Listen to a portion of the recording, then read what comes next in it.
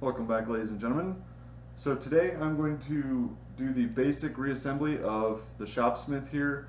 But before I do that, what I'm going to do is I'm going to put some wax on the way tubes and the tubes that slide into the holes in the end for things like the jointer and the table as well. Anything that slides through a hole, I'm going to make sure and put some wax on it. And I'm just going to use a liquid wax, and basically I'm just going to put a coat on it, and I'm going to let it sit for a little bit, and then I'm just going to wipe that off, and that should be enough. This is recommended to me by my father, actually, so he's had a Shopsmith since I was a kid. So I'm going to do that, and then I'm going to put all the pieces back on, and then we'll go from there. So the reason I use a liquid wax for this instead of a solid wax is because with the solid wax you may be able to put too much on and then you'll get a buildup, and that's just a pain in the butt to clean. So all I did with this liquid wax was go through and put a coating on everything that is sliding through something else. So the way tubes, the tubes coming off the bottom of the extension table, the tubes on the table itself, as well as the tubes on the jointer and the tubes on the end piece for the lathe. And once I actually get the headstock on, you'll see I actually put a little bit of wax on the quill itself, as on the part that extends. So after I put that on, I let it sit for a little bit, let it harden in, and I go through with this rag here, and all I'm doing is buffing the excess off, so you get a nice smooth layer of wax on everything. So now I'm just getting all that off, and then we can move on to assembly. So I will just speed this up real quick, and we'll get back to the assembly part. So with everything waxed, the first thing we're going to want to do is lower the way tubes. You loosen the set screw on the bottom here, and then you can let the way tubes down. You want to do it gently though, because the piece that goes on the end that usually makes contact with the end of the Shopsmith here is not installed. And then once you have that done, you can install your table carriage. And as you can see, I'm turning the knobs a little bit and just kind of wiggling it into place. You may have to reach inside of it and set the actual clamp pieces so that the way tubes can slide through a lot easier. And you could see how easily it slid clear down to the other end. I didn't even have to push it very hard. You can see how effective the liquid wax is. It makes it so much easier to move things around. And then as soon as I get it down there, I get it clamped down as well. So at the time when I made this video, I was not aware that there was a easier method to remove and install the headstock. What this method consists of is if you install your table into your carriage and let the pipes come through the bottom, you can lay a board across the lower way tubes and let those pipes set on the board, and then you can adjust the height of that table to adjust how high you want the upper way tubes, and then those upper way tubes will be at an angle, which will make it easier to slide the headstock on and off. You don't have to support the tubes and keep them from falling and things like that. So here you can see I set the headstock on its face, and the reason I did that is because of the stop that's in the headstock. I need to make sure that the parts are aligned correctly to allow the way tubes to slide through. Otherwise you will have a heck of a time trying to get this headstock on there. And what I usually do is, if you can look inside of it, you angle them slightly so that when the way tubes slide in and hit those pieces, they'll rotate onto the way tubes the way they're supposed to be. So that's all I'm doing here, is just reaching in and getting everything aligned so I can slide it onto the way tubes. So the other thing to keep in mind is, before you put this headstock on, if you have the plastic ring that goes between the carriage for the table and the headstock, this would be the time to put it on. And as I said before, all that does is it provides a buffer, if you will, between the carriage for the table and the headstock. So you can also see that putting the headstock on this way, if you don't have the upper body strength, it will be really difficult. So if you use that board trick, it will save you a lot of effort, I believe, because then you can get the headstock started, and you can see I switched grips here a couple of times just to allow everything to slide on correctly, and then I can get everything configured and kind of go from there. So now that we have that on, we want to make sure that the cable is sitting correctly. I like it to be down through the middle, even though it's not really going to hurt anything. And then what I want to do is make sure and tighten down that headstock, because next we're going to put the end piece on that allows it to lock into place, lock the way tubes into place. So we want to make sure and have that tightened down.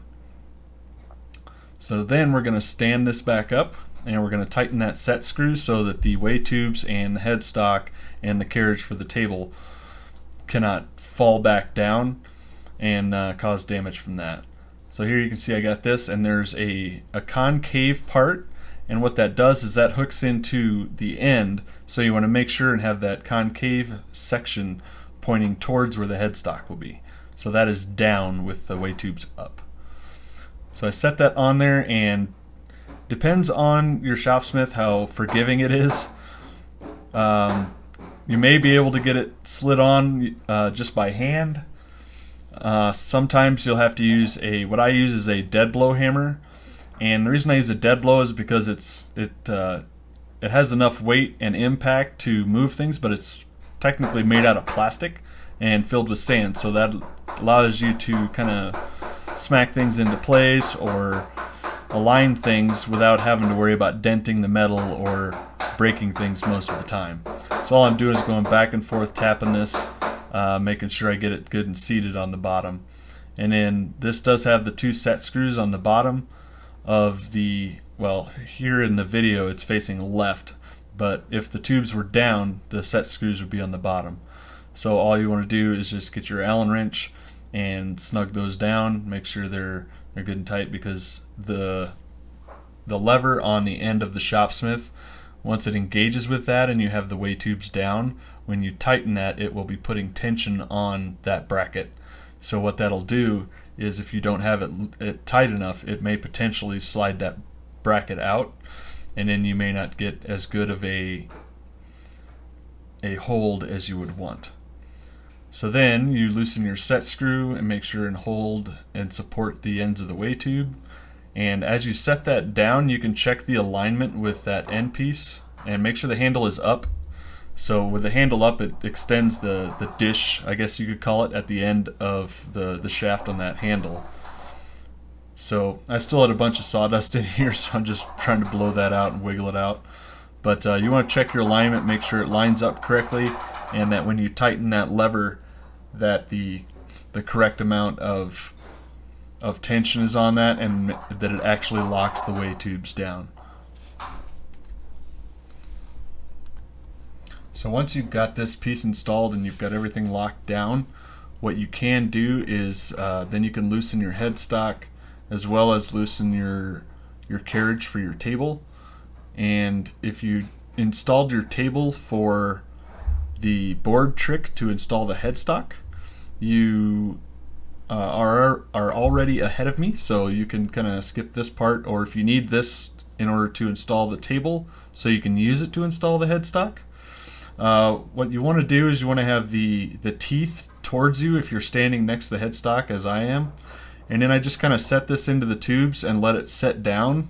You want to unlock your adjustment handle, and then you may have to wiggle the table to get it down, and you'll see I go backwards here just to make sure that the teeth that are engaged are on the same level, and then that way you won't get your table cockeyed or kinked in there either.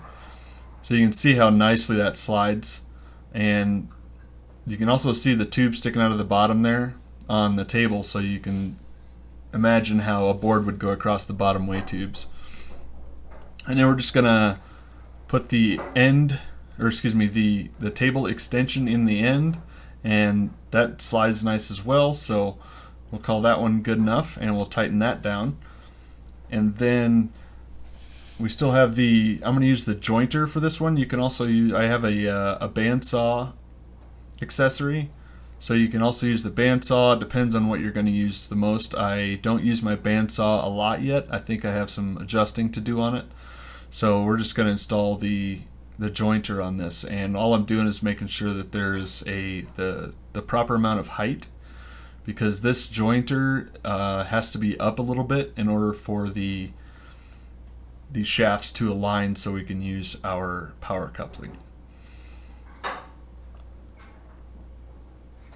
As you can see here, I'm going to put the power coupling on and just pull the headstock over just to make sure everything lines up and do any adjustments if I need to.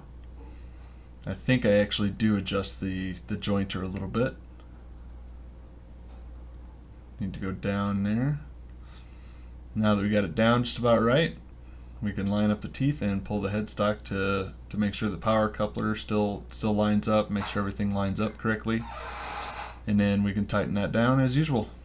And here I work the quill a little bit. Mine has a little bit of a sticky spot. I found that I had to loosen the set screw for the spring return on the quill on the other side of the headstock there, and then I grab some wax, and as I said earlier, I put some wax on here and make sure that's well lubricated so it slides easier in and out.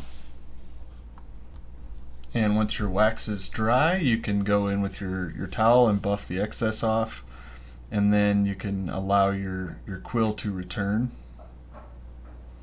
and then you can check your movement on it as well. So I think that'll about wrap it up for the basic reassembly of your Shopsmith. So if you have any questions, leave them below in the comments section. I want to say thank you for watching. If you like what you see and you want future content, don't forget to hit that subscribe button and turn on notifications so that you get notified when I put other videos up. So once again, thank you for watching, and we'll see you next time.